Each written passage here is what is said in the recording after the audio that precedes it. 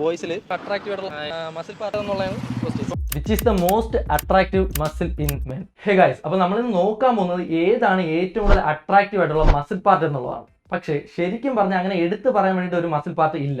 ഇത് person to person അവരുടെ ഇഷ്ടമോ അനിഷ്ടമൊക്കെ അനുസരിച്ച് ഇതിങ്ങനെ മാറിക്കൊണ്ടേയിരിക്കും. പക്ഷേ നിങ്ങളുടെ ലക്ഷ്യം നിങ്ങളൊരു ഷർട്ടോ അല്ലെങ്കിൽ ഒരു ടീഷർട്ടോ ഒക്കെ ഇടുമ്പോൾ നിങ്ങൾ ജാക്ഡ് ആയിട്ട് തോന്നിക്കണം, അല്ലെങ്കിൽ നിങ്ങളൊരു എസ്തെറ്റിക് ബോഡി ബിൽഡ് ചെയ്യണം എന്നൊക്കെ ആണെങ്കിൽ നിങ്ങൾ ഏറ്റവും കൂടുതൽ ഫോക്കസ് ചെയ്യേണ്ട ഒരു മസിലുണ്ട്. അത് ഞാൻ ഏതാണെന്ന് പറഞ്ഞുതരാം. പക്ഷേ അതിനു മുമ്പ് നമുക്കിത് ഏതാണ് അട്രാക്റ്റീവ് ആയിട്ടുള്ള മസിൽ പാർട്ട് എന്നുള്ളതെന്ന് നമുക്ക് പബ്ലിക്കിനോട് ചോദിച്ചു നോക്കാം. പബ്ലിക്കിനോടല്ല, നമുക്ക് ഗേൾസിനോട് ചോദിച്ചു നോക്കാം. Let's start. ജിമ്മിൽ പോകാറുണ്ട്. ജിമ്മിൽ പോകണം. അപ്പം ജിമ്മിൽ പോണ ബോയ്സിൽ ഇപ്പോൾ ഏത് മസിൽ ഗ്രൂപ്പാണ് നമുക്ക് കുറച്ചുകൂടെ അട്രാക്റ്റീവ് ആയിട്ട് തോന്നുന്നതെന്ന് പറയാൻ പറ്റും? ഇപ്പം ബൈസ് ആണോ, ആപ്സ് ആണോ, ബാക്ക് ആണോ? നമുക്കിപ്പം കുറച്ച് അട്രാക്റ്റീവ് ആയിട്ട് തോന്നുന്നതാണെന്ന് പറയാൻ പറ്റും? ചെസ്റ്റ്.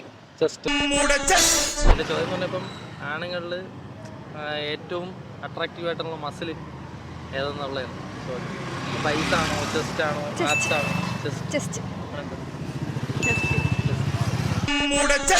ചോദ്യം എന്ന് പറയുമ്പോൾ ഇപ്പം ബോയ്സിൽ ഇപ്പം ഏറ്റവും അട്രാക്റ്റീവ് ആയിട്ടുള്ള മസിൽ ഏതാ? മസിൽ ഗ്രൂപ്പ് ഇപ്പം ബൈസ് ആണോ, ആപ്സ് ആണോ, ഷോൾഡർ ആണോ, ബാക്ക് ആണോ? അങ്ങനെ ഇപ്പം ഏതാ അട്രാക്റ്റീവ് ആയിട്ട് തോന്നുന്നത്? ആപ്സ്. അവിടെ ചെറിയൊരു ഫിറ്റ്നസിൻ്റെ റിലേറ്റഡ് ആയിട്ടുള്ള ഒരു ക്വസ്റ്റ്യൻ ചോദിക്കാൻ വേണ്ടിയിട്ടാണ്. ഇപ്പോൾ മസിൽ പാർട്ടിൽ ഏതാണ് കുറച്ചുകൂടെ അട്രാക്റ്റീവ് ആയിട്ട് തോന്നുന്ന മസിൽ പാർട്ട് എന്നുള്ളതാണ്? ബൈസ്.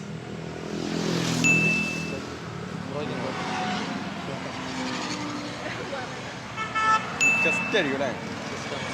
അല്ല, അങ്ങനെ പ്രത്യേകിച്ച് ഇങ്ങനെ പറയുന്നില്ല. അപ്പോൾ നമുക്ക് ഓരോരുത്തരുടെ ഇതിലും ഓരോ ഇതായിരിക്കും. ഏറ്റവും അട്രാക്റ്റീവ് ആയിട്ടുള്ള മസിൽ പാർട്ട് ഏതെന്നുള്ളതാണ് ക്വസ്റ്റ്യൻ. ഇപ്പം ബൈസ് ആണോ, ആപ്സ് ആണോ? അങ്ങനെ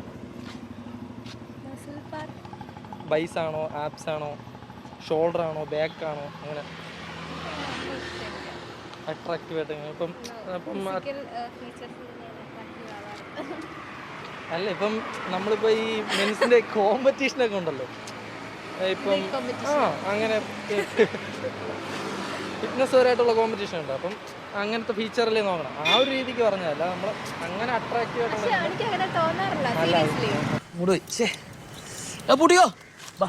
ഈ പരിപാടി ഞാൻ അവിടെ വെച്ചൊക്കെ നിർത്തി. ഞാൻ ഇത് കുറച്ച് പേടിച്ചൊക്കെയാണ് ഞാൻ ആദ്യം ചെന്ന് കയറിയത്. പക്ഷെ അവരുടെയൊക്കെ റെസ്പോൺസ് ഓക്കെ ആയിരുന്നു. പക്ഷെ ഒരാളെങ്കിലും പറയുമെന്ന് വിചാരിച്ച ഒരു മസിൽ പാർട്ട് ഉണ്ടായിരുന്നു, അതായിരുന്നു ഷോൾഡർ.